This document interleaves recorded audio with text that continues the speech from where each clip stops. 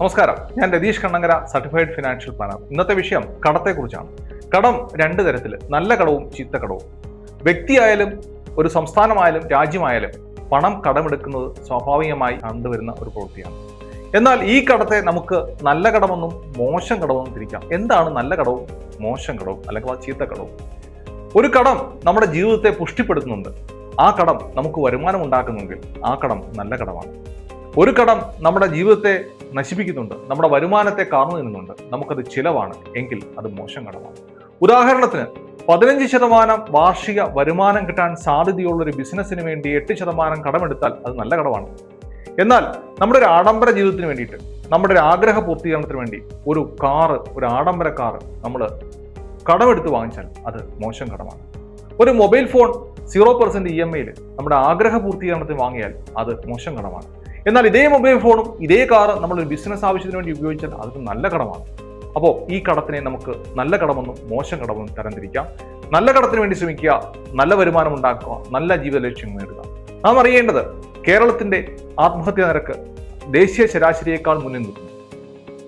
ആത്മഹത്യ ചെയ്യുന്നതിൽ 66% പേർ സാമ്പത്തികമായി പിന്നോക്കം നിൽക്കുന്ന ആൾക്കാരാണ്. സാമ്പത്തികമായ കടക്കണിയിൽ നിന്നാണ് പലപ്പോഴും ആത്മഹത്യയിലേക്ക് പോകുന്നത്. അതുണ്ടാകാതിരിക്കാൻ നല്ല കടങ്ങൾക്ക് വേണ്ടി ശ്രമിക്കുക, മോശം കടങ്ങളെ ഇല്ലാതാക്കുക. നല്ല കടത്തെയും മോശം കടത്തെയും എങ്ങനെ തിരിച്ചറിയാം? നാം കടമെടുക്കുന്ന പണം ചിലവഴിക്കുന്ന രീതി, ഇതനുസരിച്ച് 5 കാര്യങ്ങൾ വെച്ച് നമുക്ക് നല്ല കടത്തെയും മോശം കടത്തെയും തിരിച്ചറിയാം. നാം കടമെടുക്കുന്ന പണം ചിലവഴിക്കുന്നത് ആഡംബരത്തിന് വേണ്ടിയിട്ടാണോ, ആവശ്യത്തിന് വേണ്ടിയിട്ടാണോ, അത്യാവശ്യത്തിന് വേണ്ടിയിട്ടാണോ? ഈ 3 കാര്യങ്ങൾക്ക് വേണ്ടി എടുക്കാം. രണ്ടാമത്, നാം കടമെടുക്കുന്ന പണം നാം ഏതെങ്കിലും ജീവിത സാഹചര്യം മെച്ചപ്പെടുത്തുവാൻ വേണ്ടിയിട്ട്, നമ്മുടെ വരുമാനത്തെ വരുമാനത്തെ സഹായിക്കുന്ന രീതിയിലാണോ? ഉദാഹരണത്തിന്, നാം ഒരു ജോലിയുടെ ആവശ്യത്തിനായിട്ട് ഒരു ഫ്ലാറ്റ് വാങ്ങുന്നു, ജോലിയുടെ സൗകര്യത്തിനായിട്ട് ഫ്ലാറ്റ് വാങ്ങുന്നു. അങ്ങനെയുള്ള കടമെന്ന് പറയുന്നത് ഒരു നല്ല കടമാണ്. മൂന്നാമത്, നാം കടമെടുക്കുന്ന പണം ഒരു ബിസിനസ്സിൽ നിക്ഷേപിക്കുന്നു, അത് നമുക്ക് പിന്നീട് വരുമാനം ഉണ്ടാക്കുന്നു. അങ്ങനെ 3 കാര്യങ്ങൾ. നാലാമത്തെ കാര്യം, ഈ കടം നമ്മുടെ നിലനിൽപ്പിനെ സഹായിക്കുന്നതാണോ? ചില ആളുകൾ വലിയ കടം വീട്ടാൻ വേണ്ടി ചെറിയ കടം വാങ്ങാറുണ്ട്. ഇത് 4ാമത്തെ കാര്യം. 5ാമത്തെ കാര്യം, ഈ കടം നമ്മുടെ വരുമാനത്തെയോ ആസ്തിയോ കാർന്നു നിന്നുന്നു എന്നുള്ളതാണ്. ഈ കടം നമ്മുടെ ഫിനാൻഷ്യൽ ഹെൽത്തിനെ സഹായകമാകുന്നോ അല്ലെങ്കിൽ ഫിനാൻഷ്യൽ ഹെൽത്തിനെ കാര്യമായി ബാധിക്കുന്നുണ്ടോ എന്നുള്ളത് കൂടി ശ്രദ്ധിക്കണം. ഫിനാൻഷ്യൽ ഹെൽത്ത് നോക്കുന്നത് 2 രീതിയിലാണ് കടത്തിൽ. ഒന്ന് debt asset ratio, debt service ratio. Debt service ratio എന്ന് പറഞ്ഞാൽ നമ്മുടെ വരുമാനത്തിന് ആനുപാതികമായിട്ടാണോ കടമെടുക്കുന്നത്.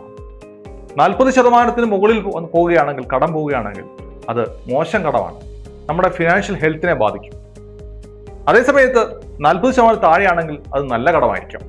അതോടൊപ്പം തന്നെ നമ്മുടെ ആസ്തിയെ അടിസ്ഥാനമാക്കി ഡെറ്റ് അസറ്റ് റേഷ്യോ വെച്ചിട്ട് നമുക്ക് ഒരാളുടെ ഫിനാൻഷ്യൽ ഹെൽത്ത് കാൽക്കുലേറ്റ് ചെയ്യാം.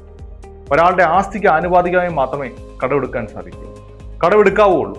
അങ്ങനെയുള്ള കടങ്ങൾ നല്ല കടങ്ങളായിരിക്കും. അതുകൊണ്ട് നല്ല കടങ്ങൾ എടുത്ത് ജീവിതത്തെ വളരെ സമൃദ്ധമായി മുന്നോട്ട് കൊണ്ടുപോകാൻ ഏവർക്കും സാധിക്കട്ടെ എന്ന് ആശംസിക്കുന്നു.